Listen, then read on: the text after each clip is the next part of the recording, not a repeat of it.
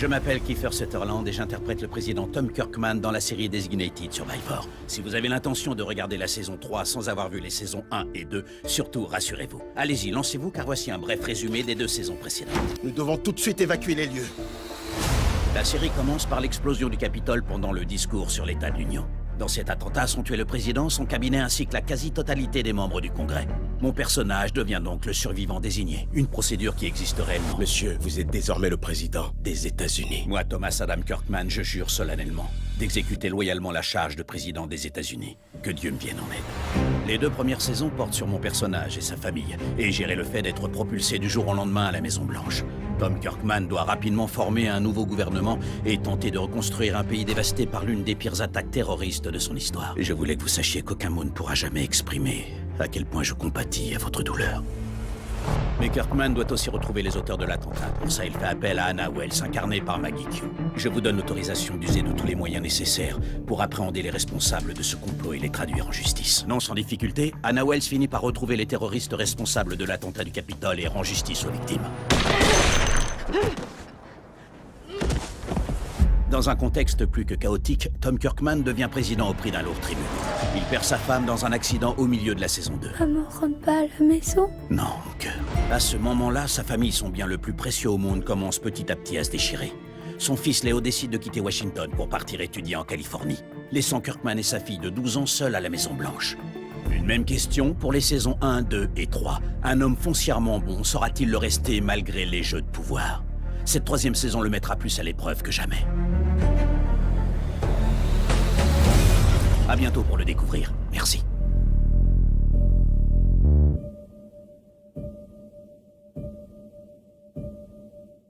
Je m'appelle Kiefer Sutherland et j'interprète le président Tom Kirkman dans la série Designated Survivor. Si vous avez l'intention de regarder la saison 3 sans avoir vu les saisons 1 et 2, surtout rassurez-vous. Allez-y, lancez-vous car voici un bref résumé des 2 saisons précédentes. Nous devons tout de suite évacuer les lieux. La série commence par l'explosion du Capitole pendant le discours sur l'état de l'Union. Dans cet attentat sont tués le président, son cabinet ainsi que la quasi-totalité des membres du Congrès. Mon personnage devient donc le survivant désigné, une procédure qui existe réellement. Monsieur, vous êtes désormais le président des États-Unis. Moi, Thomas Adam Kirkman, je jure solennellement d'exécuter loyalement la charge de président des États-Unis. Que Dieu me vienne en aide. Les 2 premières saisons portent sur mon personnage et sa famille, et gérer le fait d'être propulsé du jour au lendemain à la Maison-Blanche. Tom Kirkman doit rapidement former un nouveau gouvernement et tenter de reconstruire un pays dévasté par l'une des pires attaques terroristes de son histoire. Et je voulais que vous sachiez qu'aucun mot ne pourra jamais exprimer à quel point je compatis à votre douleur. Mais Kirkman doit aussi retrouver les auteurs de l'attentat. Pour ça, il fait appel à Anna Wells, incarnée par Maggie Q. Je vous donne l'autorisation d'user de tous les moyens nécessaires pour appréhender les responsables de ce complot et les traduire en justice. Non sans difficulté, Anna Wells finit par retrouver les terroristes responsables de l'attentat du Capitole et rend justice aux victimes. Dans un contexte plus que chaotique, Tom Kirkman devient président au prix d'un lourd tribut. Il perd sa femme dans un accident au milieu de la saison 2. Maman rentre pas à la maison? Non, mon cœur. À ce moment-là, sa famille, son bien le plus précieux au monde, commence petit à petit à se déchirer. Son fils Léo décide de quitter Washington pour partir étudier en Californie, laissant Kirkman et sa fille de 12 ans seuls à la Maison-Blanche.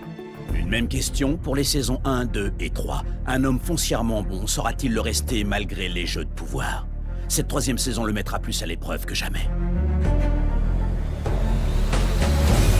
À bientôt pour le découvrir. Merci.